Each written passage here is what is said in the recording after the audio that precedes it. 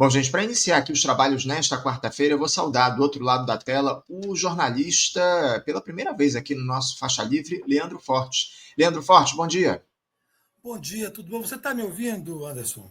Ouço bem, ouço perfeitamente. O som está um pouquinho baixo, mas eu vou dar um ganho aqui no áudio para ver se melhora um pouquinho. Você me escuta bem, né? Eu estou te escutando muito bem, porque o microfone parou de funcionar, então eu estou utilizando o microfone do computador. Tá bom? Sem problema. Sem problema, Leandro. Eu agradeço muito o teu esforço para fazer esse papo aqui conosco. A gente escuta bem. Obrigado por você Muito estar aqui com a gente obrigado. pela vez aqui no Faixa Livre, né, Leandro? Tu estreia Prazer aqui. enorme, Anderson. Eu sou fã do Faixa Livre, vejo sempre, né? É um programa, acho que fundamental para todos nós que somos de esquerda, que somos do campo progressista, embora cada vez eu tenha mais dificuldade de usar esse termo progressismo para incluir a esquerda dentro, né, Anderson? Mas eu gosto muito do Faixa Livre, eu acho que hoje é um ponto focal da comunicação de esquerda e para mim é um prazer e uma honra muito grande estar aqui.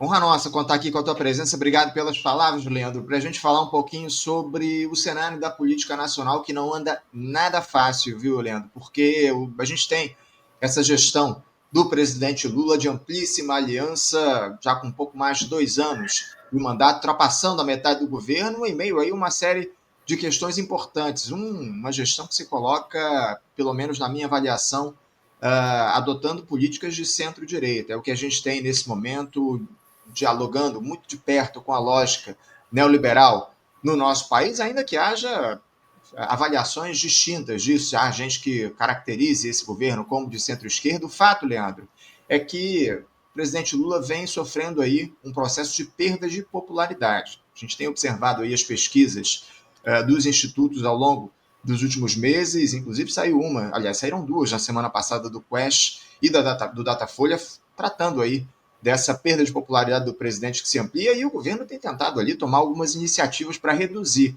esse desgaste que está sofrendo, especialmente provocado, eu pelo menos coloco como ponto focal, nesse início de 2025, aquela crise do Pix, né? Aquilo que se deu ali logo nas primeiras semanas do ano, enfim, isso provocou um desgaste grande dessa gestão, mas o fato é que o governo tenta reagir de alguma forma. E eu queria uma análise tua, Leandro, como é a primeira vez que a gente conversa aqui no nosso programa, uma análise tua mais ampla do que representa esse governo, como é que se avalia essa gestão do presidente Lula. Daqui a pouquinho a gente vai aprofundar a discussão do momento, que é esse pedido de demissão do ministro das Comunicações, Juscelino Filho, de mais uma polêmica aí que se coloca no governo, mas antes, uma análise mais geral do que representa esse governo, como é que se avalia a gestão do presidente Lula com um pouco mais de 2 anos e 3 meses de mandato, esse terceiro mandato do Lula, Leandro? Olha só, eu acho que é consenso, é senso comum de que foi preciso se estabelecer uma frente ampla para vencer o bolsonarismo na eleição de 2022. Eu acho que esse é um consenso natural, histórico, um recorte que se faz aliás, com muita facilidade. Não é preciso ser nem muito inteligente, nem ter muito conhecimento para perceber que naquele momento histórico foi preciso se aliar muitas forças, inclusive forças de um campo antagônico da política brasileira, para vencer um mal maior, que seria, obviamente, a reeleição de Jair Bolsonaro. O que eu não sabia, e o que eu acho que a gente não sabia, eu acho que você não sabia, acho que ninguém sabia, é que na estruturação daquela frente ampla, quando foi pensada, quando se debruçou sobre ela, quando se montou aquela frente ampla, quando se decidiu o que ia fazer a partir daquela frente ampla, não se debruçou e não se decidiu o que fazer com ela depois das eleições. Eu acho que essa é a questão central da discussão política do governo Lula. Assim, olha só, tudo bem, vencendo o Bolsonaro, o que a gente faz a partir de agora? Como é que a gente domina, né? Como é que a gente estabelece a hegemonia da esquerda sobre essa frente ampla a partir das variáveis que não temos, inclusive a que eles usam com muita frequência e que a gente sabe que passou a ser uma muleta política fundamental para se discutir qualquer coisa no governo, que é a chamada correlação de forças. Então, assim, não foi feito aqui o que parece que foi feito, por exemplo, num governo como o do Petro na Colômbia. Olha, terminada a luta política, a ascensão do grupo político que tomou o poder, é preciso que a esquerda crie mecanismos de hegemonia para dizer quem é que manda nessa porra. Basicamente isso. Isso não foi feito. Não foi feito porque o 8 de janeiro foi determinante nas relações do governo Lula com o poder. Né? A partir dali, ele teve a chance, o cavalo passou encilhado em frente ao governo Lula, dizendo monta, radicaliza e transforma. E ele fez justamente o contrário. Ele, em vez de radicalizar naquele momento, tratar a questão militar, botar o país nos eixos, dizer quem manda, botar esse lixo todo dentro da lixeira, ir para cima da extrema-direita, ocupar os seus espaços ideológicos, como nunca ocupou antes, ele fez exatamente o que não se esperava para um momento como esse. Ele conciliou. Você concilia quando você está numa posição de fragilidade. Quando você está numa posição de força, você não concilia, você se impõe. Então o governo Lula não se impôs no seu primeiro e fundamental momento. A partir daí, ele perdeu a mão sobre essa questão da imposição da hegemonia de esquerda sobre a chamada Frente Ampla. E aí, desde então, o que nós estamos vivendo, Anderson? É um estado conciliatório permanente, um vício conciliante, que transformou o governo Lula num debate permanente sobre a permanência ou não do próprio presidente Lula. Se debate com uma franqueza, de uma maneira aberta, se o Lula vai ser candidato ou não, se ele tem condições ou não, se ele consegue ganhar ou não, se o governo dele vai em frente ou não. Porque as medidas que foram tomadas do ponto de vista de ação, digamos assim, popular, são aquilo que um amigo meu chama de cheques compensados. Né? São muitos cheques compensados. Não que não sejam importantes, tá? Eu gosto de minimizar políticas públicas porque elas são muito importantes, principalmente para pessoas pobres. Mas o que foi anunciado? Bolsa Família, Minha Casa Minha Vida, o que mais? Pé de Meia. Enfim, todos esses projetos, as políticas públicas, ProUni, mais médicos, esses todos eles chamam de cheques compensados, por quê? Porque são políticas públicas que, na verdade, nunca nem deixaram de existir, mesmo no governo Temer e Bolsonaro, embora tenham sofrido ataques viscerais. Mas aí o que a população está esperando? Principalmente, Anderson, se você parar para pensar, que é uma geração novíssima de eleitores no Brasil, de pessoas que não têm memória dos governos Lula anteriores, e nem têm memória, e não faz o nexo causal entre as políticas públicas dos governos anteriores com a vida deles atual. Para eles, essa coisa de ProUni sempre existiu, de Bolsa Família sempre existiu. São coisas do Estado sobre o qual ele não tem com a qual ele não tem nenhuma relação. Então, o governo tenta desesperadamente retomar a relação entre as políticas públicas e o eleitorado e fazer disso, claro, um capital eleitoral para 2026. É aí que a gente trata, eu falei sobre isso para poder falar da popularidade, é aí que a gente percebe por que os resultados dessa relação não são os mesmos dos governos passados. Porque ela não existe mais. E aí a popularidade, ela cai, né? A popularidade do governo Lula cai, mesmo com resultados macroeconômicos positivos, mesmo com propaganda massiva sobre as políticas públicas, os programas de governo, as melhorias. Por que não funciona? O que está acontecendo? Porque há uma geração nova e grande e majoritária no eleitorado brasileiro que não vê relação entre isso e o governo Lula. Ele espera, na verdade, outras coisas. Ele espera um movimento radical do governo, ele espera novidades. Não é à toa, e isso já é um pouco clichê falar, que a extrema-direita consegue se colocar sempre como sendo antissistema, e nós, na esquerda, ficamos assim irritados, porque já sabemos que eles são o próprio sistema, mas na cabeça do eleitorado, na configuração da mente eleitoral brasileira, o que você espera? Você espera que tenha alguém mudar uma realidade que não lhe é aprazível. Então, se você vai no posto de gasolina, a gasolina está cara. Você vai no supermercado, a comida está cara. E você está morando de aluguel e o aluguel está caro, não tem propaganda no mundo que resolva isso, Anderson. Não existe propaganda no mundo que resolva isso, porque ela não se conecta com a realidade. E não se conecta com a realidade, ela soa como o quê? Como mentira, não é isso?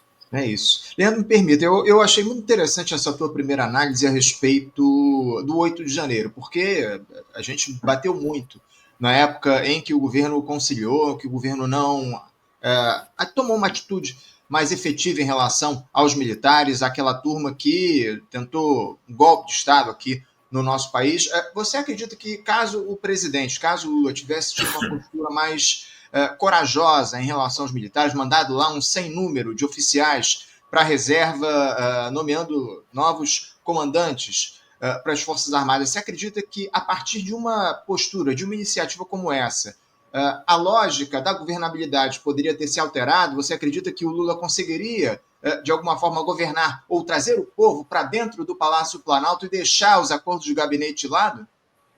Eu acredito que teria mudado tudo, tudo, Anderson. Eu acredito que, assim, eu não acreditei, por exemplo, como no dia seguinte o Lula não estava na rua chamando o povo, a multidão, para lutar pela democracia, para denunciar o golpe, né, para fazer aquilo que as esquerdas não conseguem fazer mais, fazer uma grande mobilização nacional, o presidente da República na rua, de peito aberto, chamando, olha, tentaram dar o golpe, nós vencemos e vamos botar essa canalha na cadeia. Tinha que ter afastado todos os generais brasileiros. Todos. Todos. Tinham que ter colocado, e ele pode fazer isso com uma canetada. Uhum. Né? Botar todos os oficiais generais na reserva, estabelecer novos critérios para a ascensão de oficiais generais do Brasil, ter feito uma intervenção imediata em todas as escolas militares do Brasil, fechá-las por 1 ano ou 2. Onde eu pude falar sobre isso, eu falei, inclusive dentro do governo. Fecha as escolas por 1 ano ou 2, não vai ter prejuízo nenhum. Tem milico saindo pelo ladrão no Brasil. Dá para passar 10 anos sem formar milico, de tanto milico que tem no Brasil. Então fechava, reformava completamente a doutrina das escolas, porque essas escolas são fábricas de fascistas, são fábricas de golpistas. Até hoje, nesse minuto que nós estamos falando aqui, elas continuam com essas mesmas doutrinas, e ele fez exatamente o contrário. Deixou como ministro uma pessoa absolutamente inepta, que é o Zé Múcio, que é um preposto dos militares dentro do governo, que é um golpista, que é um cara de direita, que apoia movimentos como esse da anistia.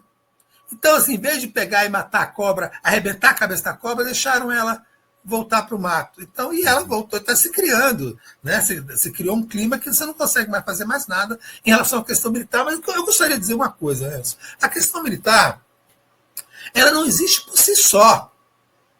Para mim, ela é um sintoma muito grave da degradação da democracia brasileira, no sentido de que, na política, eles se alinham.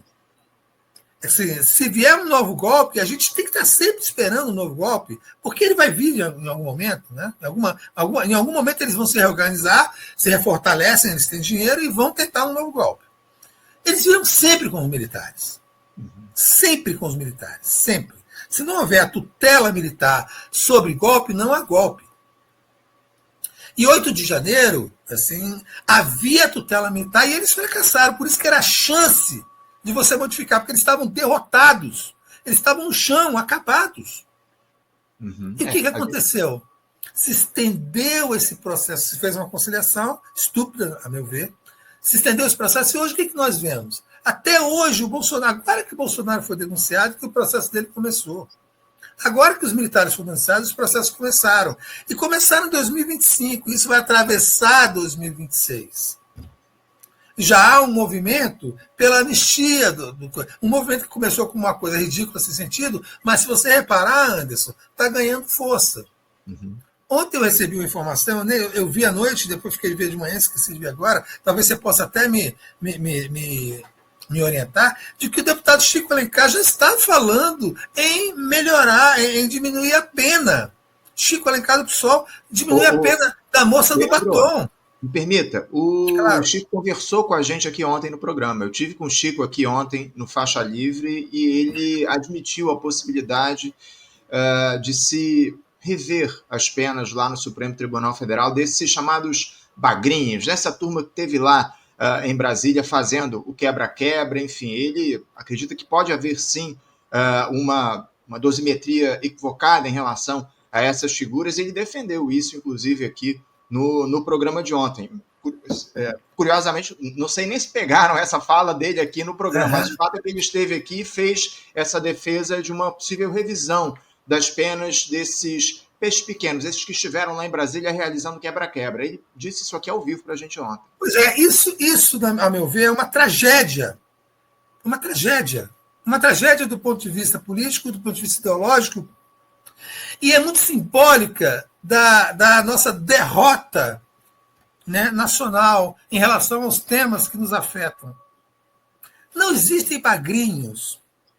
Quando um exército entra numa cidade e estupra as mulheres dessa cidade, não há bagrinhos entre soldados.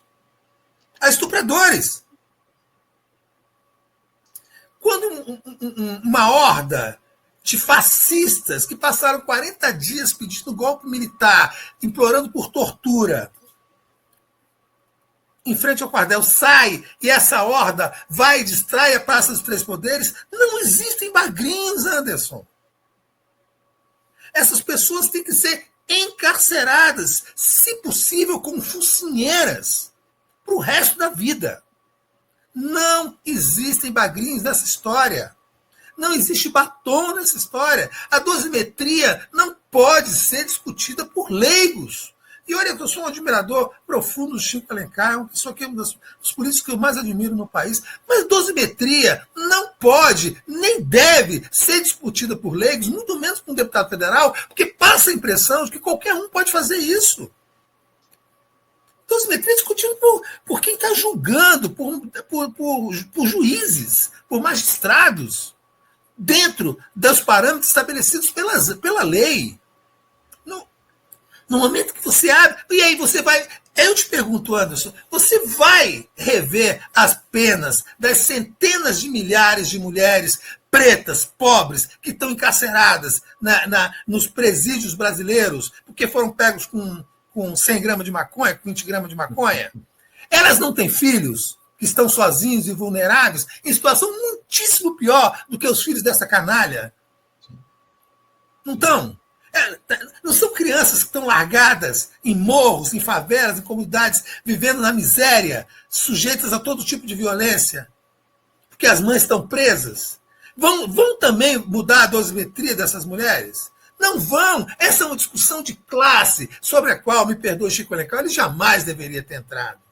Jamais. É criminoso fazer esse corte de classe só porque é uma mulher branca, loura, que os filhinhos aparecem chorando, que os parentes que pedem, que ela só usou o batom, que não sabia. Como é que não sabia, rapaz? Como é que você atravessa a Praça dos Três Poderes, sobe na estátua e bota lá perder o mané no meio de gente quebrando tudo, explodindo tudo, e você está ali de santo?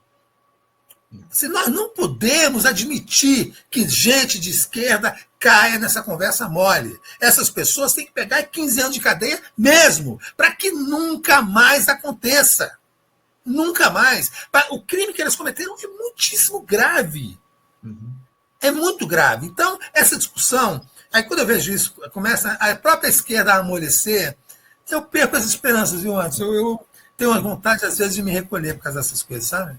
Eu te confesso que não é só você não, viu, Leandro? Eu conheço muita gente aí que está perdendo as esperanças em relação aos discursos, às atitudes dessa dita esquerda aqui no nosso país. Enfim, Leandro, eu queria avançar aqui no nosso papo, porque você falou muito a respeito daquelas iniciativas que deveriam ser tomadas pelo presidente Lula lá no 8 de janeiro, mas o fato é que o desastre está feito, o desgaste existe e o governo tenta recuperar a popularidade, como a gente tocou aqui ainda há pouco. Você acredita que é reversível, Leandro, esse processo de perda de popularidade do governo, dessa gestão de caráter neoliberal que domina o nosso país nesse momento? Essas iniciativas que o Lula vem tomando agora há cerca de um ano e meio das eleições presidenciais, elas são capazes de reverter esse processo até as eleições?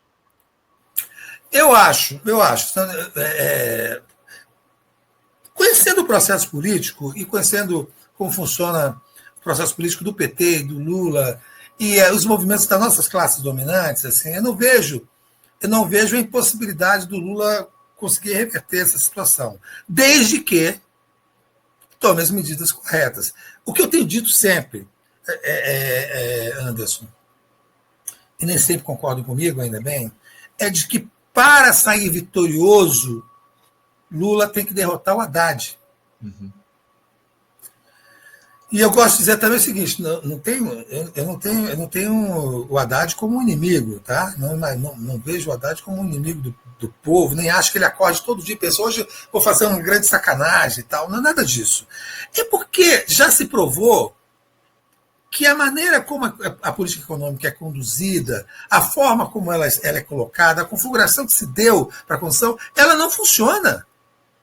E não é porque ela não funciona porque é uma forma do Haddad, não. Ela não funciona porque é uma forma fracassada no mundo todo, inclusive no Brasil, que é a política neoliberal. Mas aí você tem uma confusão nessa discussão, que é a própria confusão do adjetivo. O Haddad é um neoliberal? Não sei te dizer se é. Agora, essas políticas voltadas, todas que gravitam todas em torno do mesmo ponto, que é o ajuste fiscal, que é a questão fiscalista, é uma política neoliberal.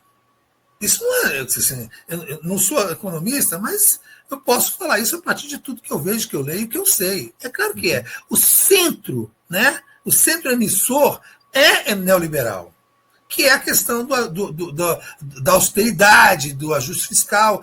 Tudo isso não nos leva a lugar nenhum, porque a gente precisava, na verdade, ao contrário do que está acontecendo, é que o Estado fosse ultra fortalecido, e o Estado, né, fosse o emissor do desenvolvimento brasileiro. O Estado, fortalecer o Estado, reestatizar a Eletrobras, tomar as refinarias de volta, botar dinheiro do Estado, investimento de educação pesado na indústria, na agricultura familiar.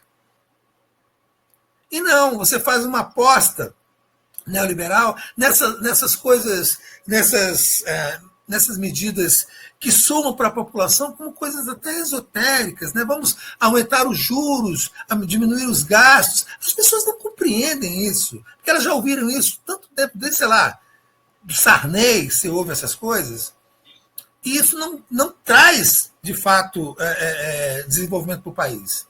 E você tem, se você parar para pensar, nós que temos um pouco mais de idade, ou certamente mais do que você, mas você tem a memória do governo Lula II, por exemplo, onde, né, a utilização do Estado como fonte de desenvolvimento trouxe para a população ganhos muito maiores do que em todas as outras épocas da vida brasileira.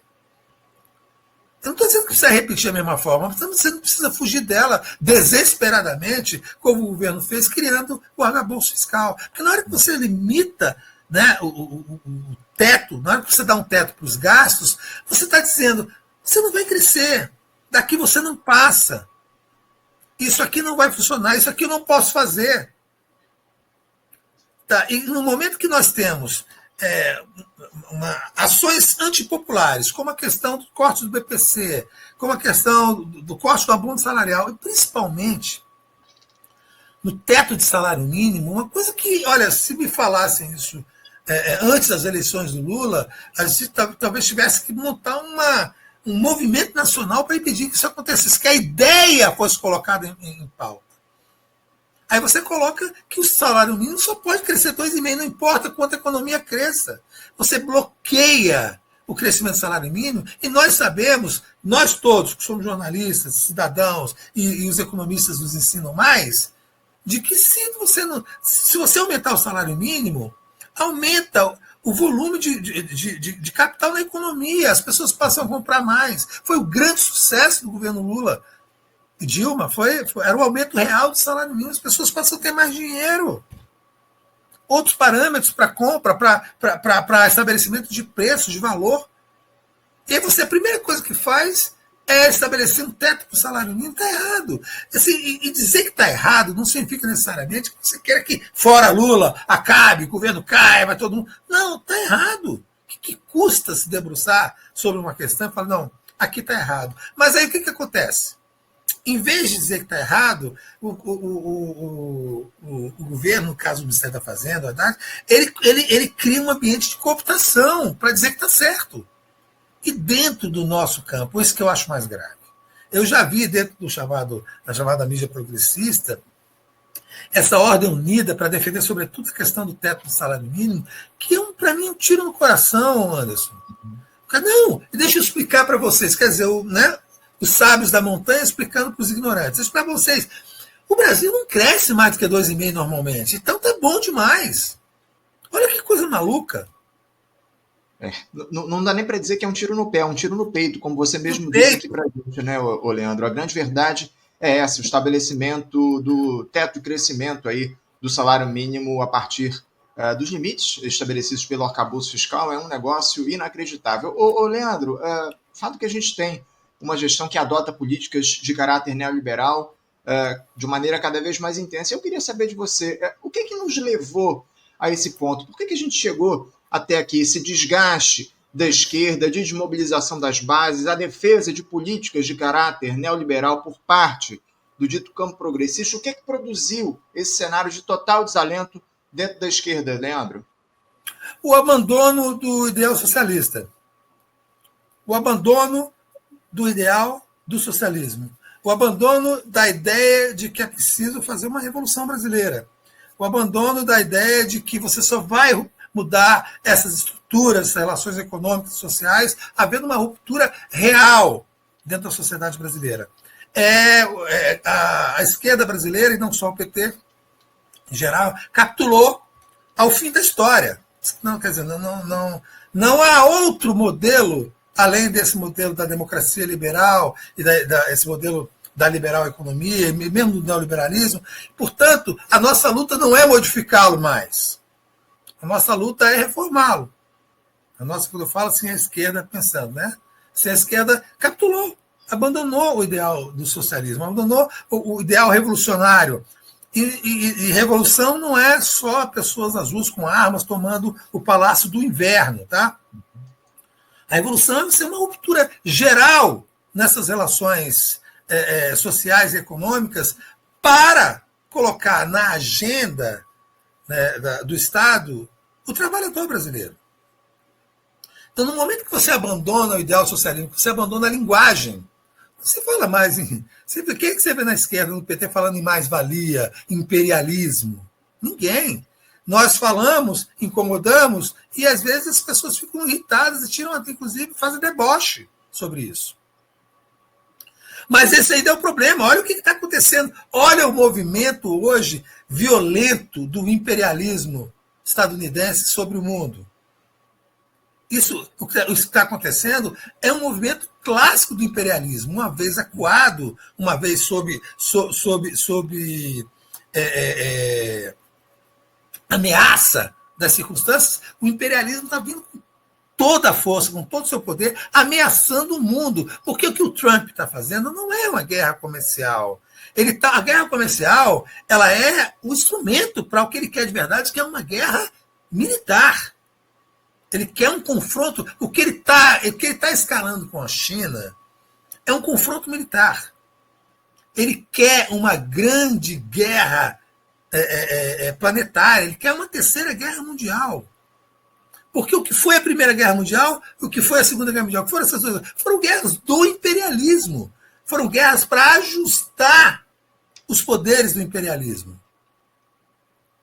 E a Terceira Guerra, e esse grande conflito militar que o Trump está escalando com a China, é para novamente fazer esse ajuste. E nós temos uma posição geopolítica hoje bastante interessante. Porque nós vamos ter que decidir em algum momento, Anderson, de que lado a gente está. De que lado a gente está. Eu, Leandro, por exemplo, estou do lado da China. Uhum. Né? Assim, eu não tenho dúvida de que a ação dos Estados Unidos é uma ação deletéria sobre as democracias no mundo, sobre o planeta, sobre a economia e sobre a vida particular das pessoas. Agora eu quero saber o seguinte: até onde nós vamos fingindo que podemos ser isentos no mundo, né, onde a polarização está colocada? Até onde o Brasil vai continuar mantendo relações, por exemplo, com Israel, Anderson? Um Estado genocida. exatamente como foi a Alemanha nazista, que matou mais crianças do que os nazistas já mataram até agora. Até onde a gente vai manter relação com o Donald Trump fingindo que ele não é um louco desvairado, um tirano, que está disposto a jogar o mundo numa guerra, provavelmente nuclear, para manter os interesses das classes dominantes do Império dos Estados Unidos? A gente vai ficar fingindo que isso não está acontecendo ou nós vamos tomar uma posição real, como, por exemplo, essa mulher incrível chamada Claudia Sheinbaum, que é a presidenta do México tomou? Essa é uma questão que a gente vai ter que discutir no chamado campo progressista também, né, Anderson?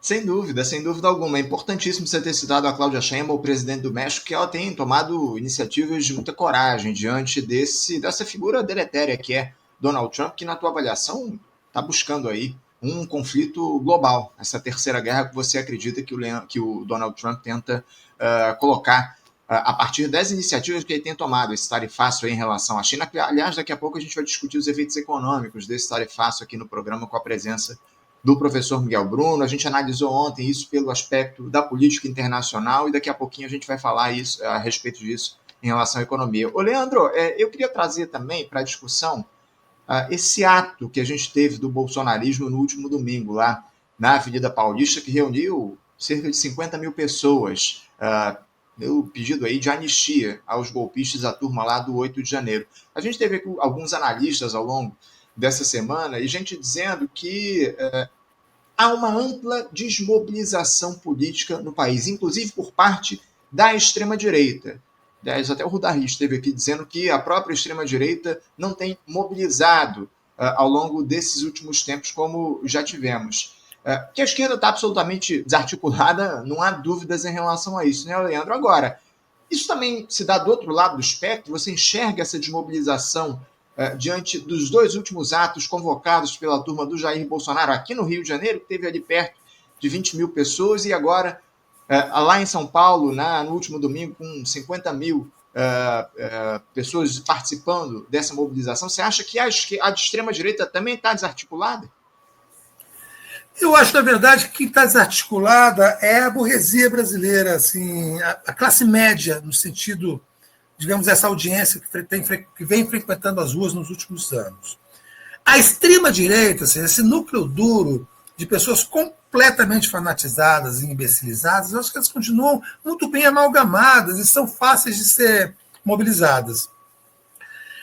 Mas assim, essas pessoas formam um núcleo que em torno dele se agregava todo esse eleitorado médio das camadas médias brasileiras, esse eleitorado muito reacionário, conservador, que não era exatamente da turma dos malucos, mas que estava ali apoiando aquela maluquice porque é antipetista, é anticomunista, é religioso, tem uma visão bastante ignorante sobre a realidade brasileira, está descolada das dificuldades do povo trabalhador. Então você mantém, principalmente em São Paulo, principalmente nas manifestações da Avenida Paulista. Então, o que está acontecendo? Desde a primeira da Paulista, que foi quanto aquela primeira gigante, 700 mil pessoas, né? Aquela primeira vez que ele fez, aquilo vai diminuindo, porque eu acho também o seguinte, tem um problema de cansaço no material, né?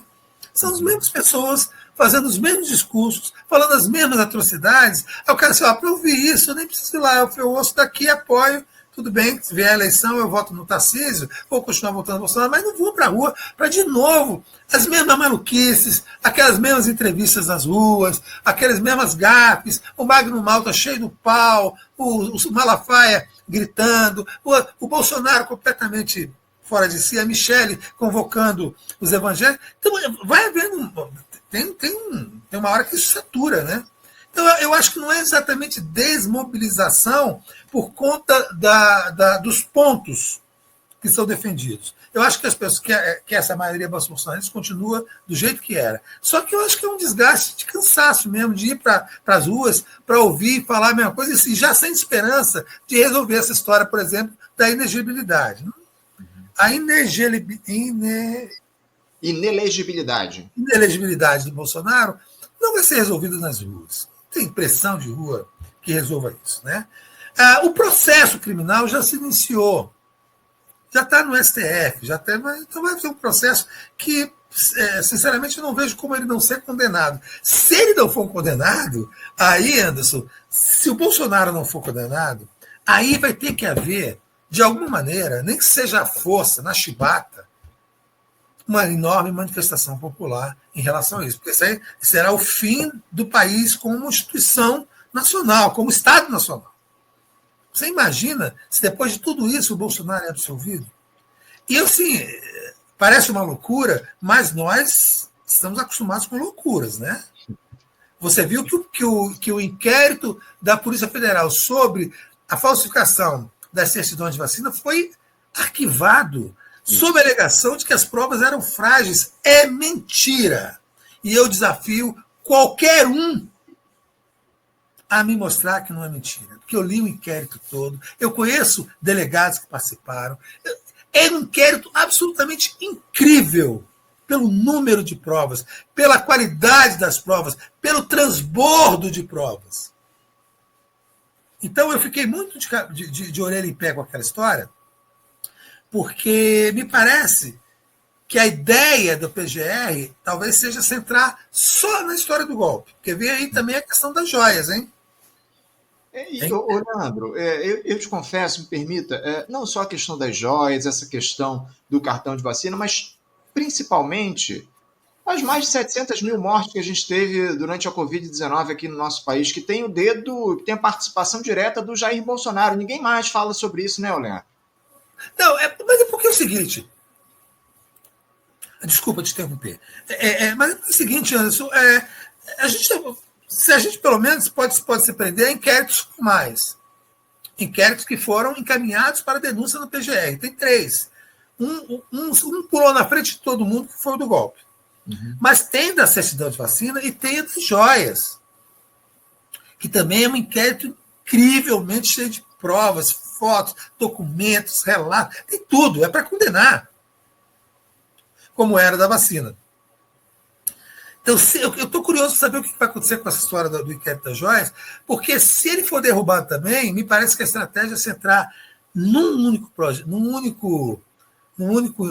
única denúncia, que é do golpe de Estado, e dar a chance do Bolsonaro se livrar dessa única denúncia e ficar livre.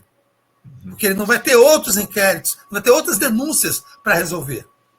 Sim, porque ninguém me tira a desconfiança que eu tenho desse Paulo Gonet, tá? Eu não confio nada nesse cara. Tenho impressão, assim, a demora para fazer as denúncias, essa demora para mim foi calculada justamente para tumultuar o processo eleitoral durante o julgamento e, de alguma forma, o Bolsonaro ser beneficiado por isso. Uhum.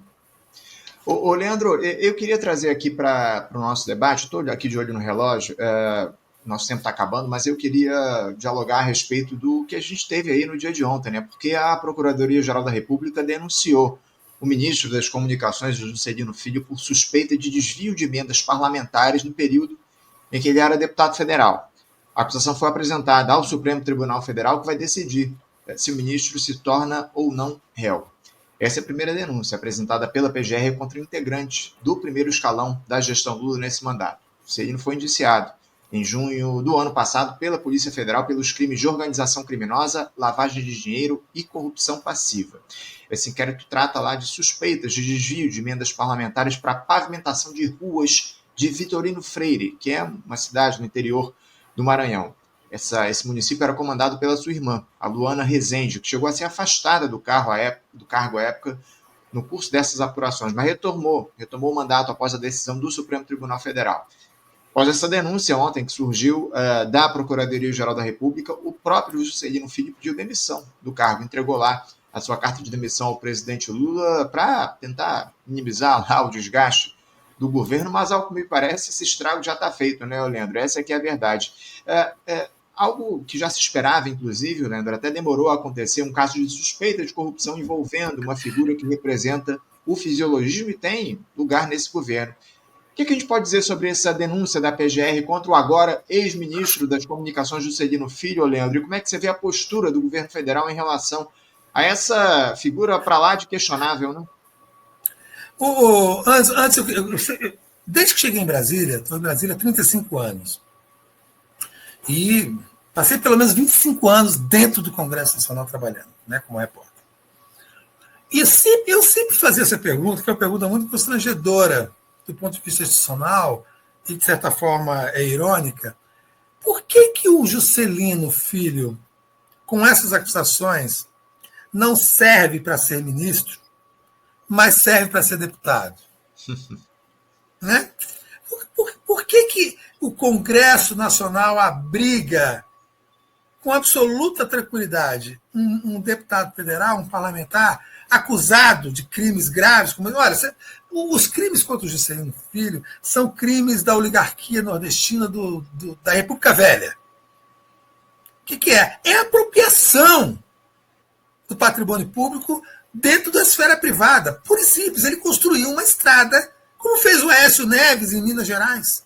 Ele construiu uma estrada, pegou dinheiro público para construir uma estrada para sua fazenda, num município que é governado pela irmã dele. O Aécio Neves fez um aeroporto para ele, com dinheiro público. E onde é que está o Aécio? Está no Congresso Nacional. Onde é que vai ficar o Juscelino? No Congresso Nacional. Da onde vai vir o próximo ministro das Comunicações? Do Congresso Nacional.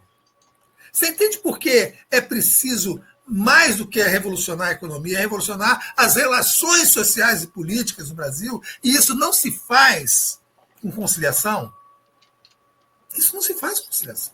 Então, assim, não vai haver, a meu ver, nenhum desgaste de popularidade para o governo Lula em relação à saída do Juscelino, porque o Juscelino é acusado desses crimes desde o primeiro dia que ele tomou posse, e ninguém deu a mínima para isso. A mínima. Não escandalizou ninguém. Ninguém. Todo mundo sabia, um cara envolvido em milhões de falcatruas. Mas o que acontece? É um cara do União Brasil, o Anderson, da onde, me diga, a gente vai tirar alguma coisa que preste do União Brasil? Então você acha que o próximo vai vir, vai ser melhor que o Juscelino? Não. Não. É um arranjo político mal feito, mal cheiroso, mas que faz parte de uma estratégia, de um acordo tático do governo com a União Brasil, que nem respeita muito essa coisa na hora das votações do Congresso. Mas é um acordo que foi feito lá, o Lula está cumprindo o acordo, o cargo, o ministério, é uma pasta para a União Brasil, ele vai trazer um menino, chama Paulo Cunha. Uhum. Eu tenho aqui o nome, o indicado, inclusive, lá pelo Davi Alcolumbre, Pedro Lucas Fernandes, deputado do Maranhão, que deve ser o novo ministro das Comunicações. Pelo menos a indicação é essa. Então, assim, o que você pode esperar disso? Nada. Nada. Primeiro que ninguém sabe quem é esse deputado. É uma nulidade.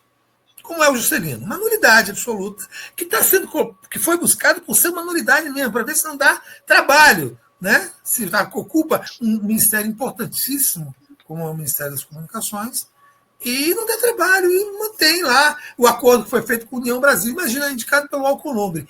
Você imagina como já é difícil tirar alguma coisa que preste do União Brasil. Agora imagina a dificuldade para tirar alguma coisa que preste da indicação do Alcolumbre. Então, eu acho que não mexe em nada, não altera em nada. Aquilo ali é um quartinho escuro que vai continuar escuro. Não mexe com a popularidade do Lula. O que o Lula teve que fazer? Olha, cara, deu, né? Ele já tinha avisado. Se você for denunciado, você mesmo resolve isso, sai, a gente bota outro e a vida continua. E é isso que vai acontecer. Amanhã ninguém mais lembra disso, não tem desgaste, eu acho, popularidade nenhuma. Isso não afeta a popularidade do Lula, eu acho que de jeito nenhum. Porque já era um cancro, já era uma ferida aberta, que vai continuar sendo uma ferida aberta, e essa percepção dessa ferida não melhora nem piora. É a mesmíssima coisa, na minha opinião, viu? Ô, Leandro, só para lembrar aqui aos nossos espectadores, o União Brasil, esse partido que foi criado em 2021, ele surgiu da junção da união do Democratas com o PSL. Lembrando que o PSL é o antigo partido do Jair Bolsonaro. O Jair Bolsonaro foi eleito pelo PSL. A união do Democratas com o PSL construiu esse União Brasil, partido no qual o Juscelino Filho é filiado.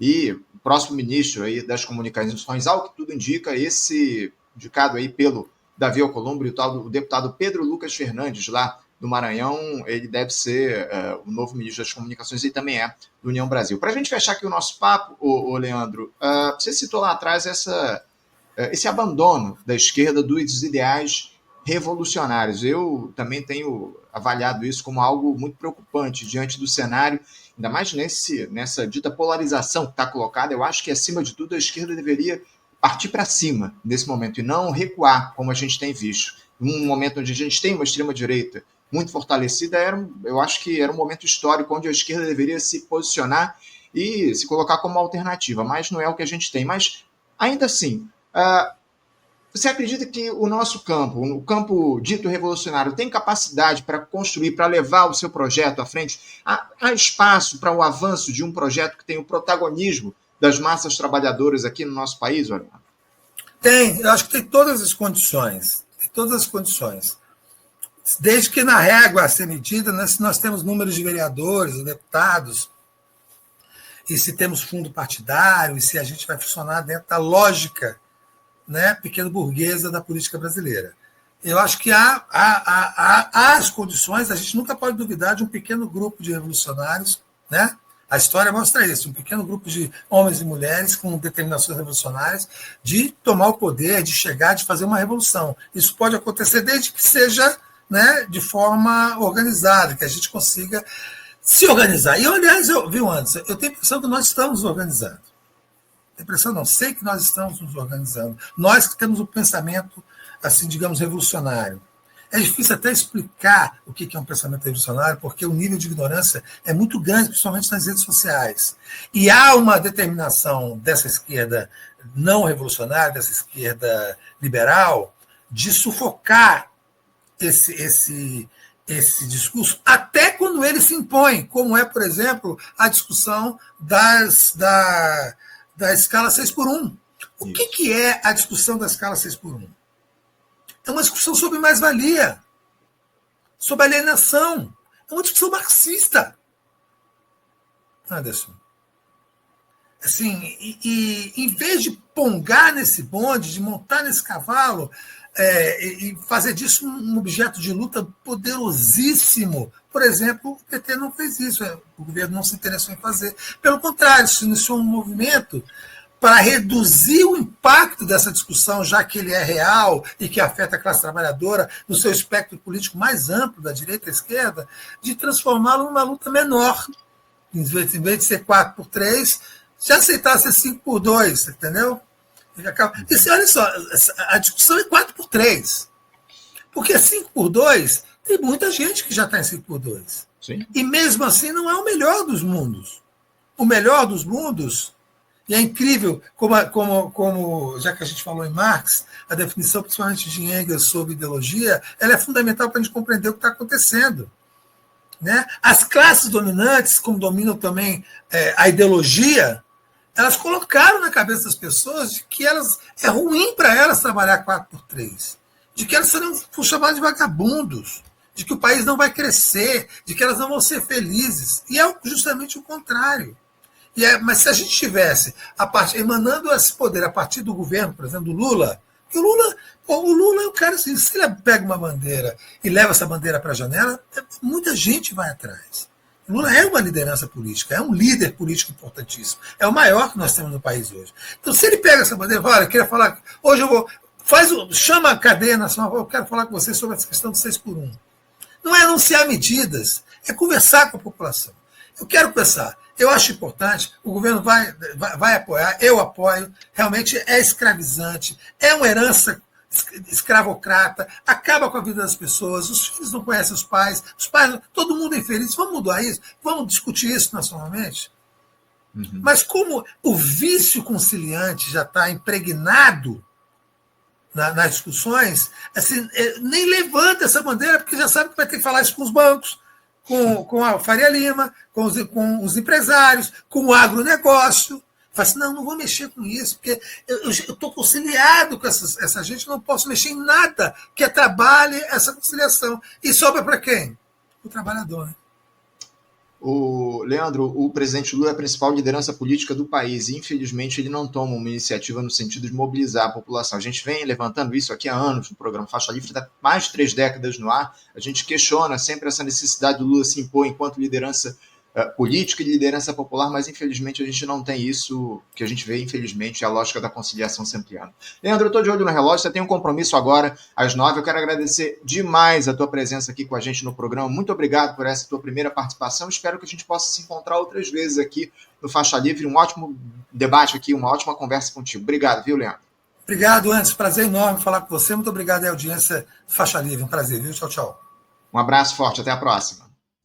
Conversamos aqui com o jornalista Leandro Forte, falando um pouco sobre o cenário da política nacional, enfim, trazendo as avaliações sempre importantes dele a respeito do que a gente tem no nosso país ao longo desses últimos tempos, ao longo desse governo do presidente Lula. Fundamental o debate, o diálogo aqui com o Leandro no nosso programa.